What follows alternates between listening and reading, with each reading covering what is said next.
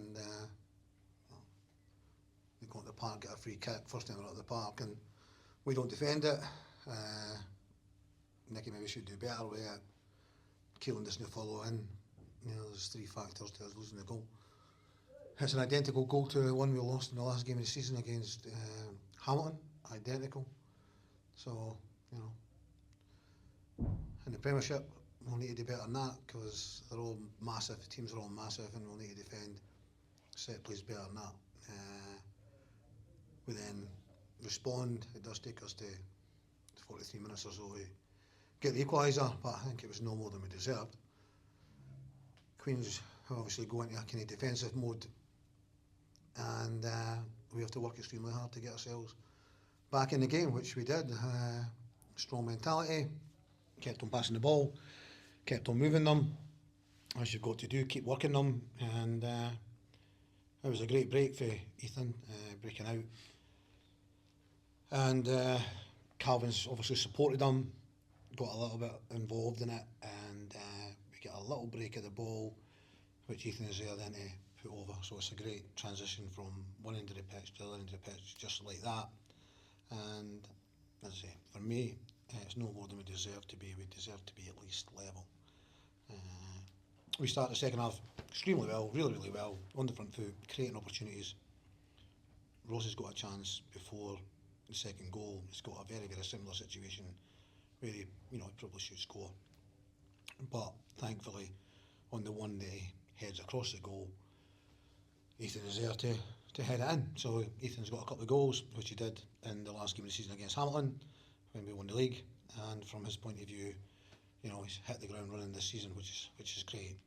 The icing on the cake was the goal that Brian Graham got, which Scotty Arfield was instrumental in. So happy with the players that started the game, happy with the substitutes that came on and played a vital part as well. Good mentality. A game that we dominated. Frustrated to lose a goal. But yeah, all good. Top of the group. Win on Saturday and then you're through next round. That's obviously the objective coming into this. Absolutely, yeah, it was. It definitely was. You obviously got to take care of the game on the merits, but we kind of gave ourselves a target to get 12 points and to be a seeded team, so there's going to be, ours,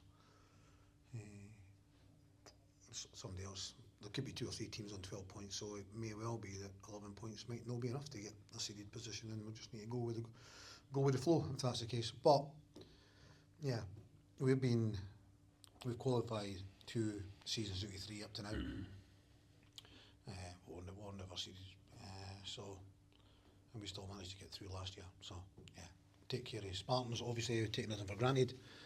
They'll not come and roll out the red carpet. We'll need to fight for everything. They'll come. They've got a very experienced team. A lot of good experienced players. They'll make it difficult, but we've got to think of ourselves and hit the ground running. We want to go into the league campaign the following week against Dundee United on the back of getting through, and a lot of positivity and a lot of momentum. Just how, obviously, kind of with the countdown to start the league game as well round the corner, how ready are the boys in the building, and how much are you kind of looking to still add to it as well? Yeah. No, I think the guys in here we've got loads of minutes into each and every one of them. We played a lot of pre-season friendly games, and now we've played 3 League Cup ties, and we made 7 changes tonight. We made 7 changes, so all these guys have gained a lot of minutes tonight. So as I say, everyone's played their part. They're as ready as they're going to be. Yeah, I think there's still room for us to bring in 2 or 3 players. We've been trying to do that with regards to, we've got specific loan deals lined up. We're just waiting on the go-ahead to get them, but we're dealing with English clubs who players come back later and they kind of go away with their first team on tour, if you want, training camps, and then they come and they go. And so, yeah, we're still kind of waiting on that happening. And whether it happens before next Sunday or not, I don't know. It might be a little bit later in the window. It would be nice to get them here sooner, because it's like Henry, who started the game tonight. Would have come in that little bit later. They've got a little bit of catching up to do, and it's no like a pre-season friendly where you can just throw them in when there's points at stake. And they're actually playing a little bit of catch up. So that's just the nature of the beast. Brian spoke about your relationship, obviously, from last time you were together. How has he changed as a player over the years? Probably his experience he's gained by being at a number of clubs and probably working with a number of managers. But overall, he's the same player, really. He's the same player, he's the same. He would never have been lightning quick, you know, he would never have been lightning quick, so he's no one who would have been running away from people in there. It's a matter of experience of picking up good positions and getting into positions like he has tonight to score a goal. Getting a goal tonight in that situation will do him the world of good. So his experience that he's gained, like 15 goals in the championship last year, top goal scorer in the championship, and probably somewhere like nearly 20 goals in all competitions. So at that age, you know, he's not going to lose that, you know, and the amount of balls that we put in the box, we'd like to think he'll get a fair share of goals.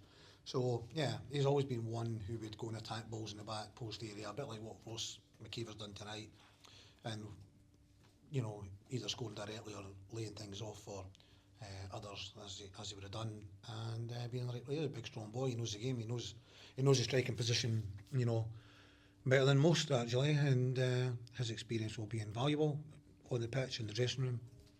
Yeah, I'm enjoying getting back working with him again. He wanted to come, you know, delighted to get him. He's got a big part to play. And just finally, you've rotated both your goalkeepers throughout pre-season. Yeah. Have you settled on a number one for the league campaign? Scotty's going to go back in goals on Saturday against Spartans. We have done. We've done that in virtually every game with 8 pre-season friendlies, and they both played. There was 1 minute separating them over the games, and you know, Nicky played the first game against Brecon, and then Scotty played against Cove, and then Nicky's played tonight. They've not had an awful lot to do, to be honest with you. Nicky's picked the ball at the back of the goal tonight. Nicky didn't have anything to do against Brecon. Scotty obviously had 2 penalties. Other than that, he didn't have an awful lot to do. So, no learning a hell of a lot, but I think Scott needed to play games. You know, he hadn't played a lot of games at Celtic, and so I think the games have been really vital for him. Both of them are very, very good with their feet. Distribution's excellent, but it's something that we want from our goalkeepers, and so Nicky's been developing really, really well. And as goalies go, he's a very young goalkeeper, and he's gained a lot of experience now. It's a really, really good decision for us to make. Come, you know, as I say, Scotty's going to go in, but for Dundee United, it'll be No decision made yet then? well, with the greatest respect.